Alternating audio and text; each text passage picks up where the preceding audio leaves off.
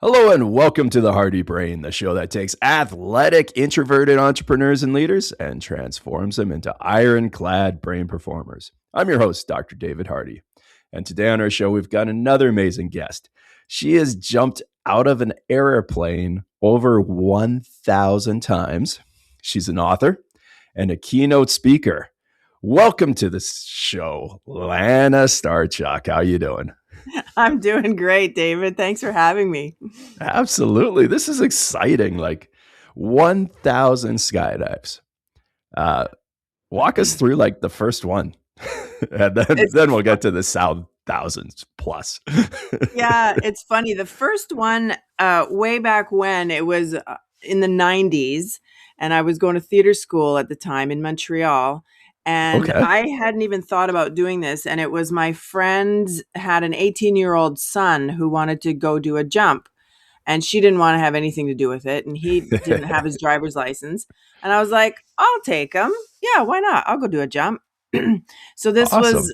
this was one of these low altitude jumps from 5,000 feet, and the parachute opened right away. We did all day training. I did it in French. Wasn't even my first language.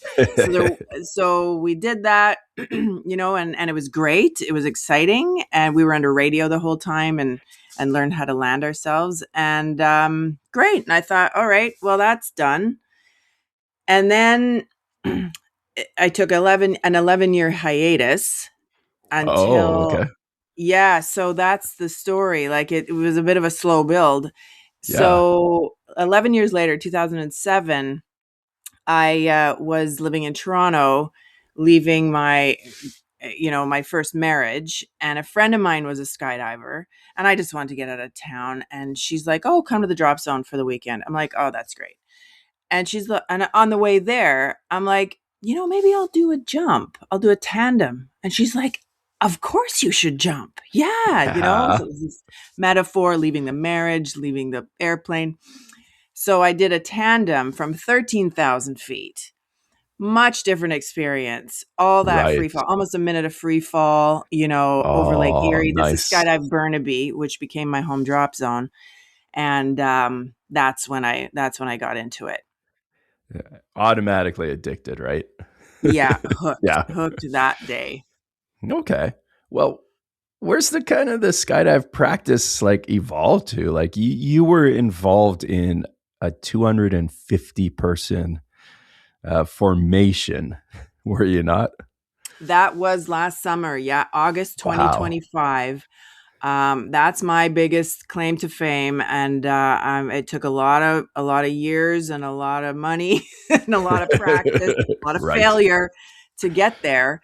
Yeah, it was incredible. It was a bit a slow build. My whole skydiving career. I started at Burnaby, and I got into it, and I started doing formations right away. So that means I go with groups in the sky, and we make shapes with our bodies by gripping each other's arms and legs in these predetermined shapes that they're 4-way and 8-way is the most popular Okay. team sports, and there's competitions. It's really regulated across the world. You can compete nationally, internationally, globally, and worked my way all the way up, doing group jumps bigger and bigger all the time.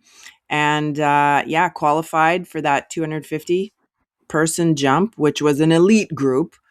Um, Obviously, right? You don't start there. So yeah, it was incredible. 250 people, 11 airplanes outside 11. of Wow. Chicago, Skydive Chicago last year.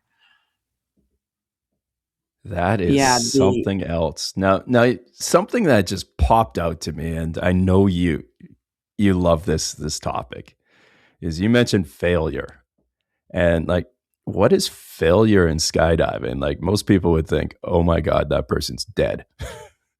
Like well they that automatically go worst case scenario here. But what is failure in skydiving? Like well, that's how we think, right? We go to the worst possible reaction or yeah, outcome. But failure, like any sport, it's you're making mistakes along the way. You're learning as you grow, right? And we learn so right. much more from our failure failures than our successes. So in skydiving, it could be with a formation, it could mean that you don't show up you don't make it into the formation, or you drop below it for some reason. You're going too fast. You don't brake in time.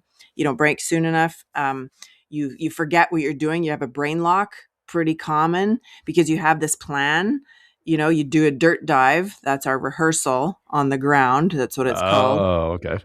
And but then once you're in the sky, there's so much going on. Sometimes people just forget, right? Visualization is a huge part of the sport, and staying calm, managing all that stress, all that anxiety, because let's face it, it's not normal, so failure and then malfunctions, things can go wrong. Obviously, no system is 100%. So we have emergency procedures. That is job one. That's part of your training, like from day one, just like a pilot, right? You are a Right. pilot of your parachute. So if something goes wrong, you need to know what to do immediately. Split second decision making, depending on whatever might go wrong.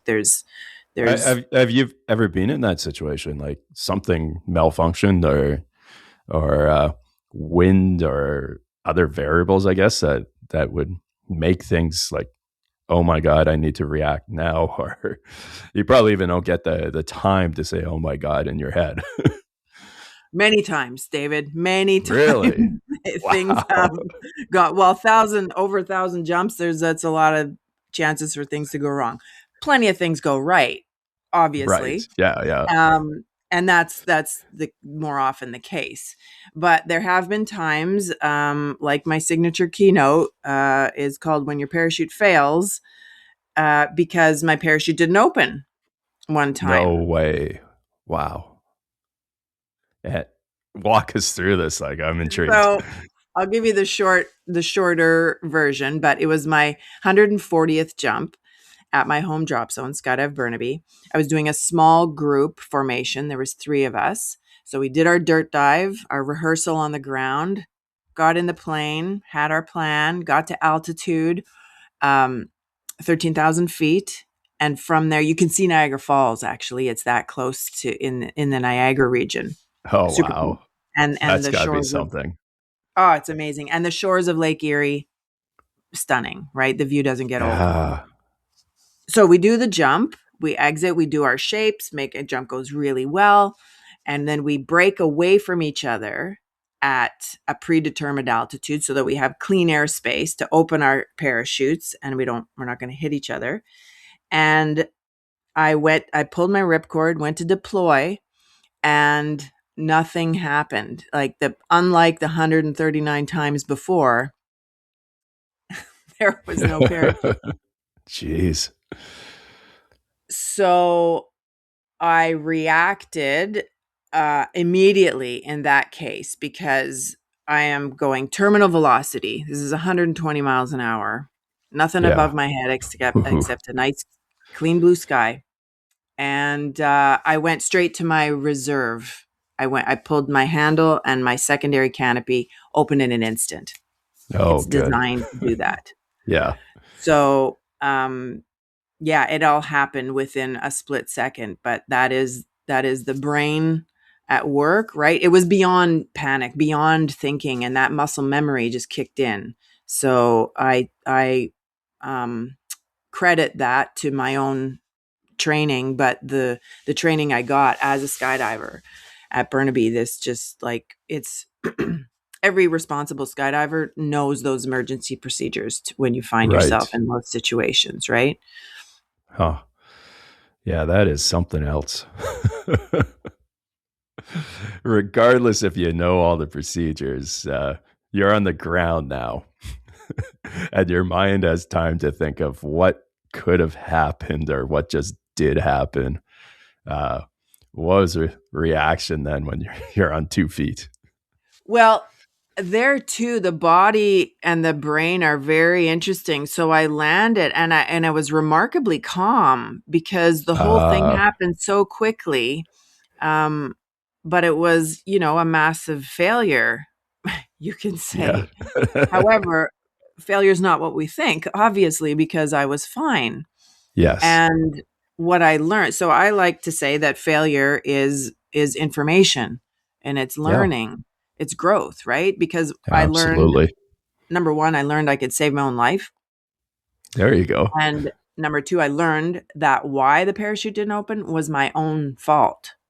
So I learned some Ah, humility that day too. The way I yeah. had packed it, the little parachute that's supposed to inflate and pull the strap and the pin that opens the bag on the back of the parachute, on the back of the backpack, didn't inflate Hmm. because of the way I packed it. So 1,000 Oh, jumps later, you no. better believe, I don't pack it like that anymore. So No yeah. kidding. So yeah, it wasn't until later though, the question, like when I landed things, I felt okay, I felt fine. I did 2 more jumps that day.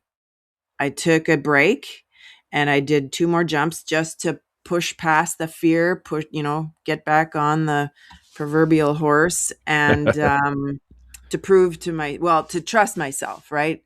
Right. Um just because then if you and I think that's with anything. If you don't keep at it, you might, I don't know how the brain works in that sense, but it seems like, if you don't, like riding a bike, you fall off, you Oh, get back on this exactly. thing, right?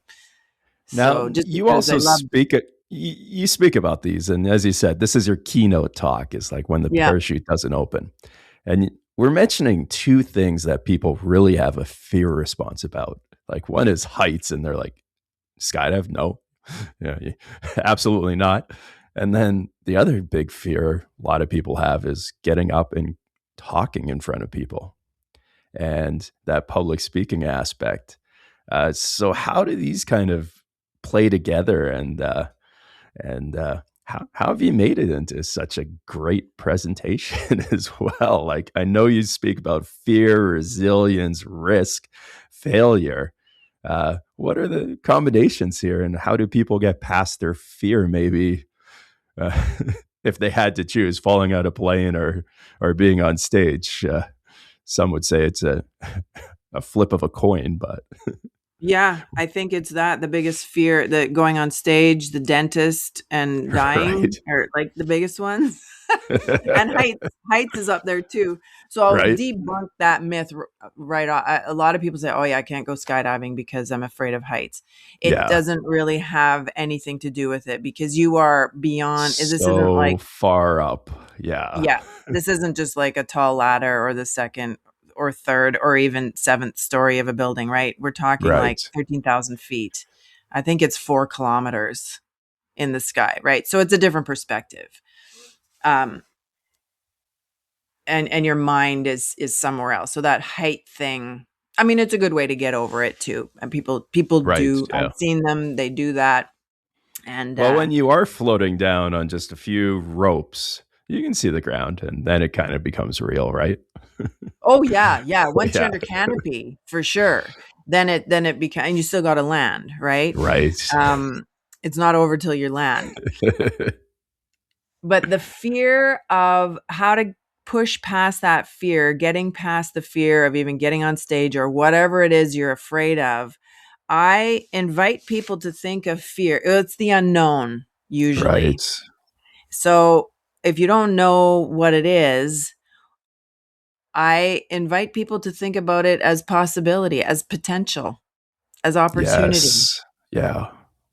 You've never tried it, so why not? And what's the worst could happen? I have a little 3-point checklist questions that I say, whatever it is you're avoiding or afraid of, what is the real fear? Like, what are you really afraid of? When you get up on stage, if somebody has to give a presentation, even in a small meeting, whatever, you're probably afraid of looking stupid, sounding like, you know, you don't know what you're talking about. Maybe those that forgetting what you're saying, tripping on the stage, if that's the Yeah. real Sort of risk. embarrassment of some sort. Yeah. Yeah. But number 2 is what might you learn if Yeah. you actually do it? How might you grow? If you just did it, if you just dug deep and got that inner courage and did the thing you're afraid of, what might you learn and how might you grow? And number three is, what if it actually succeeds? What if it works? Yes. Yeah. We're Now this conditioned to think the worst, right? But Oh, exactly. Yeah. what if it actually works out? Now, a lot of this is communication, and you mentioned small groups, and I know you work with individuals as well. And how do you see that kind of that interaction between people in in all of this as well? Like, what do you kind of teach somebody who's in front of you then? Um, the groups, well, I talk about um, the fear, getting past the fear, and really looking at the worst that could happen, because you might look stupid, or you might even having hard conversations, for example. Right. What You're does that look like? The hard conversations, one on one.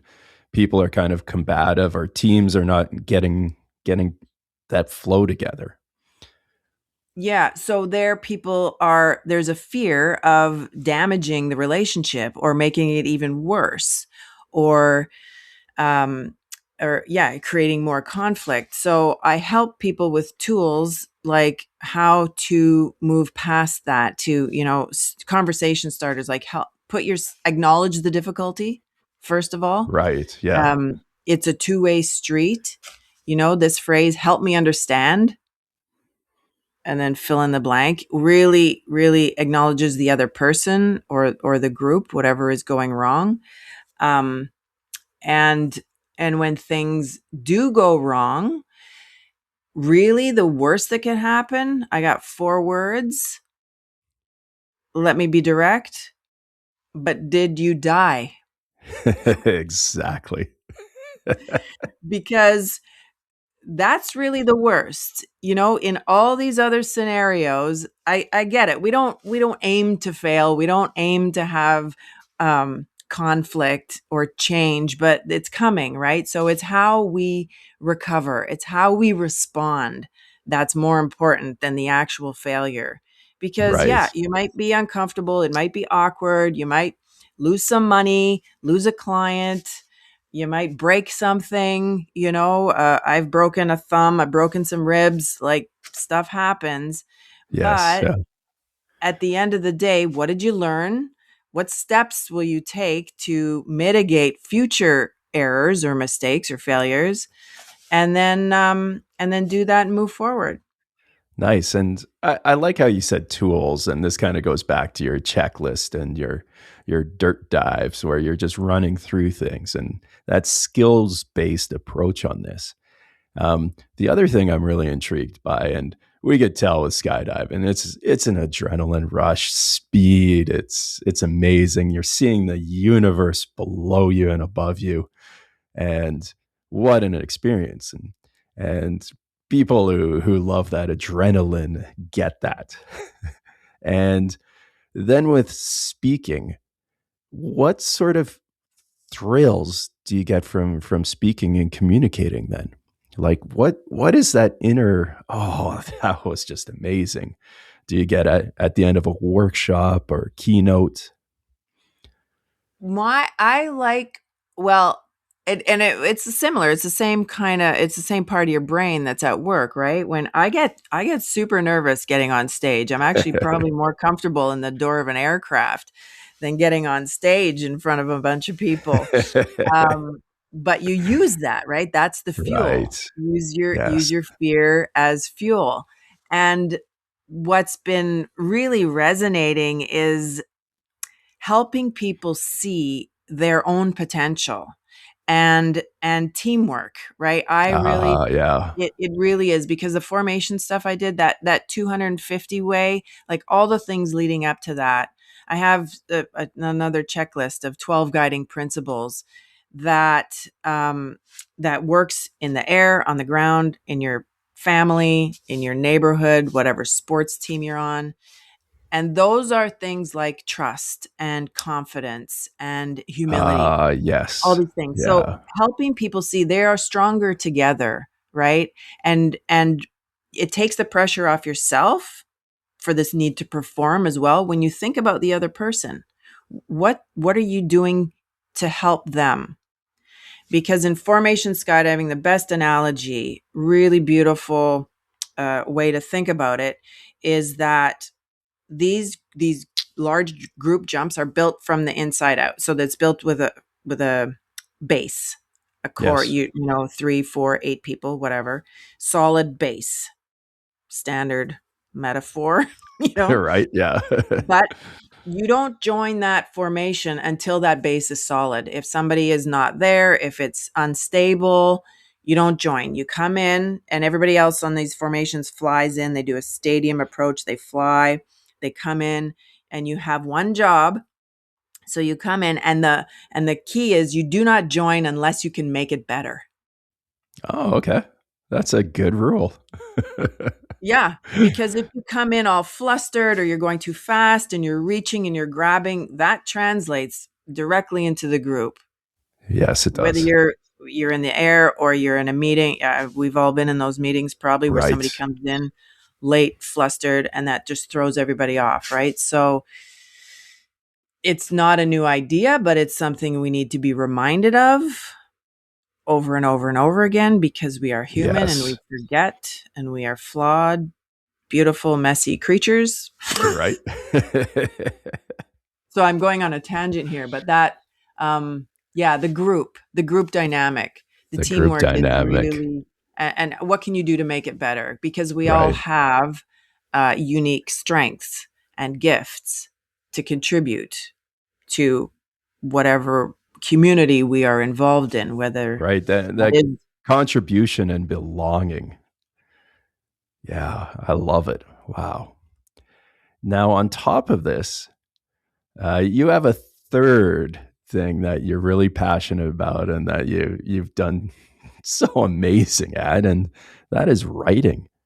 And yeah, like we've mentioned three things that you excel at, like the adrenaline, the flying, the speaking, the contribution, the connection.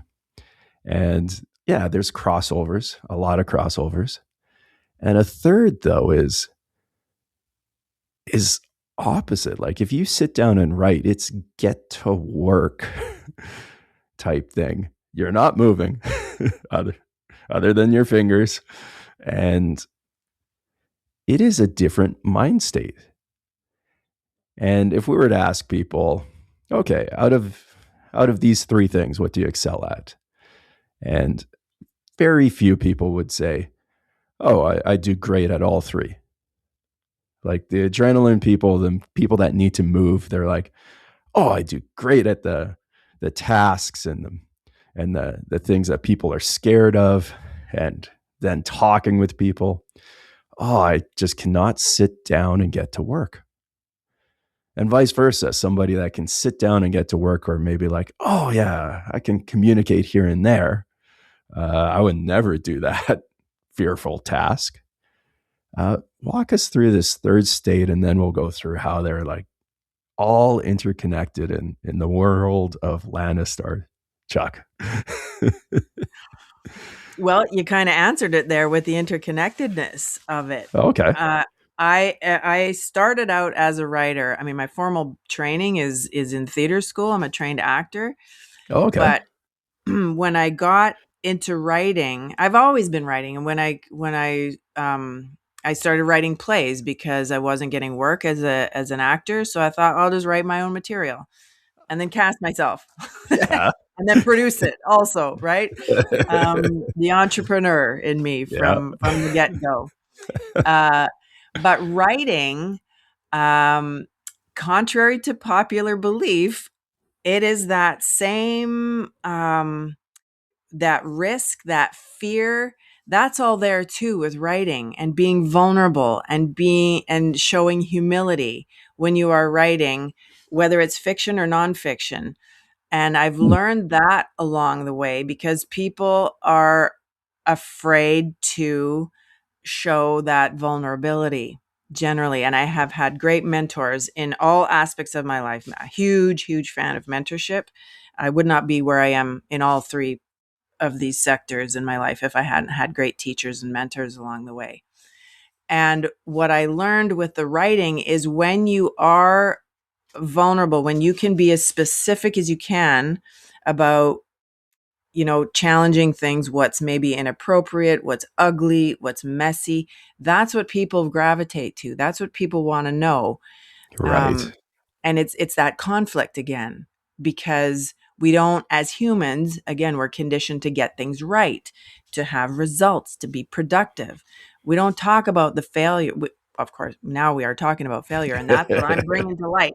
And I fancy myself somewhat of an expert, that I have screwed up enough times that I am comfortable talking about it, and Yes. Yeah.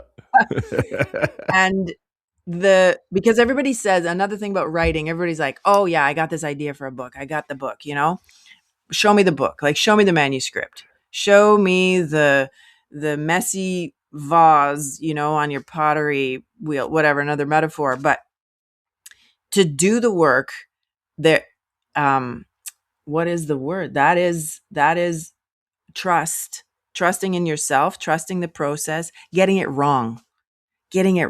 Like, generally people are afraid to write. I think that's what I've seen when I've taught creative writing, when I've taught screenwriting. But the ones who do, that's the courage. That's the confidence. That's just get it out there. Then you have something to work with. Then you have something to edit. Writing is rewriting. There's no way around it. And the best quote I've ever heard about writing is that writers write. Fair enough.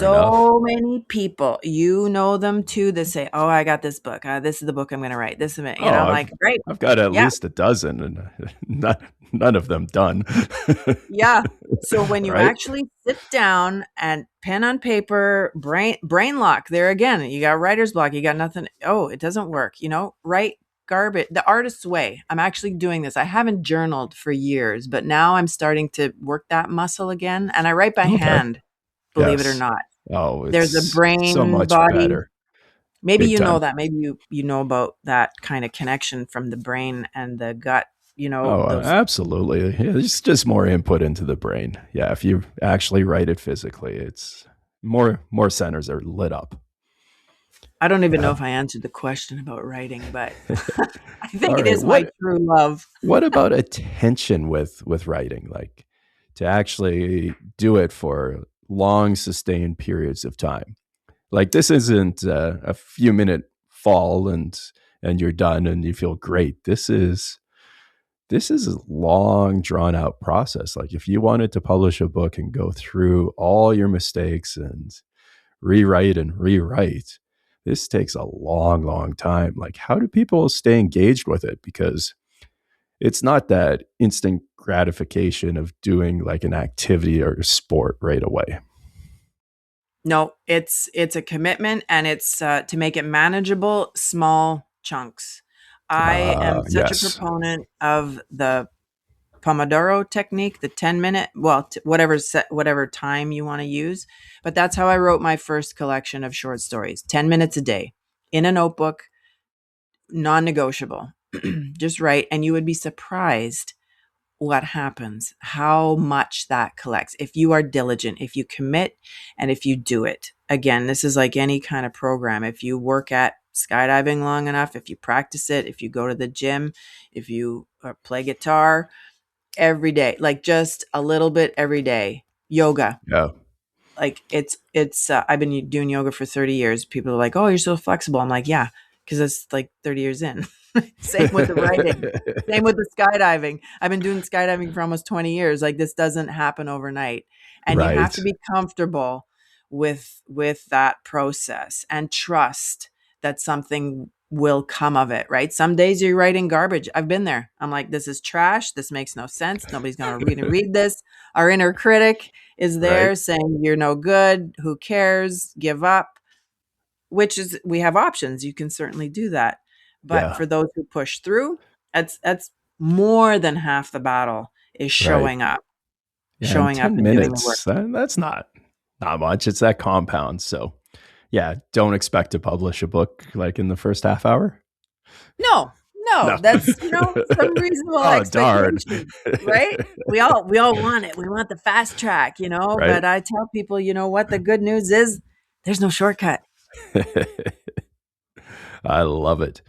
Now, you've got what, one book out, two books? Right now, I have my short story collection was published in 2015. So it's a collector's item now. But I have, yeah, it's called Moving Parts. It's a fun book. It's like slice of Sounds life like it. stories, darkly comic stories, which are pretty fun. Arsenal, a small publisher out of Vancouver, published it. Great. They're Oh, okay. super. My second book, well, I have a novel that's on submission that is not published, so you could call that a failure. But I haven't stopped trying, so it's not real. Like I may end It's up not a failure. self-publishing. No, Yeah, it's written. It's it's there. coming out. Yeah, it'll get Yeah. there. I can't say when, but I am going to self-publish my third book this year, which is called "What Happens When Your Parachute Doesn't Open and Other Successes with Failures Nice. Crossed Out." I love it.